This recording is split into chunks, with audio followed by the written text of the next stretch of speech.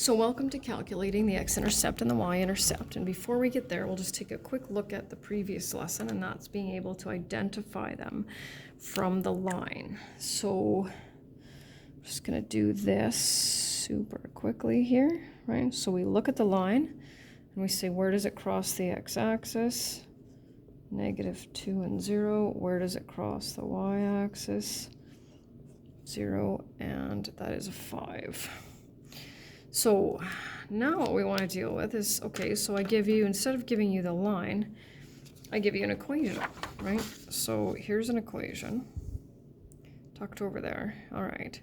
So right now, if I said, well, where does that line cross the x and the y-axis? Your only option would be to isolate y, create a table of values, graph it, and then look at it and determine, okay, where does the line actually cross the x-axis and the y-axis? Well, that sounds like a heck of a lot more work, and surely there must be a better way, and lucky for you, there is. So when we want to calculate the x-intercept, don't forget that's our value. If we look over here, right, our x-intercept is the value for x when what equals 0? Well, y. So what we need to do in the equation is we need to put in y in place of 0, get x by itself, and write the coordinates. So our equation is up there. So 4x plus 2 times 0, and that's what I call the substitution step, which I ask for. From there, it's entirely up to you. That shows me that you understand you have to put 0 in place of y. And now we're going to solve for x. And so that line will cross the x-axis at 2. Okay.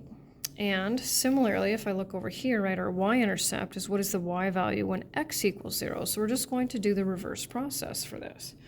So this time we'll go 4 times 0 plus 2y equals 8, 2y equals 8, and then y equals 4. So you can go right from this step to this step if you want, but I do need the ordered pairs, and this is also a graphing method as well. So just a few examples for practice. So it says calculate and write the coordinates of the x-intercept and the y-intercept. Make sure to show the substitution step. So it doesn't matter which one you calculate first. Y equals -4. So there's our y-intercept. 2x plus 0 equals -4.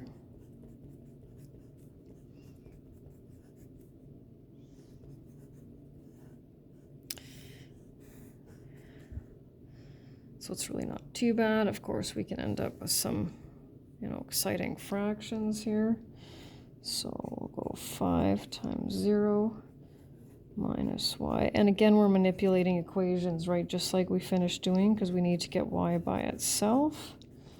So we've got 0 and 12. And now we'll put the 0 in place of the y. So 5x equals -12. Nothing wrong with that, right? Wouldn't be super fun to graph, but it's totally doable and totally legal. And the last one, so we'll go with 2 times 0 equals 1/2 x minus 8. So I'll bring the 8 over. Now, you can divide both sides by 1/2, because that's what we do, right? Whatever the numerical coefficient is, we divide both sides by it, and you already know how to divide fractions. However, most students find it easiest, and this goes back to grade 9 too, if they multiply both sides by the common denominator. So that they usually find a little bit easier, I think.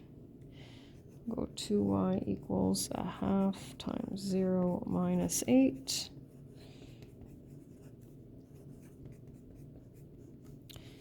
0, -4. And that's it.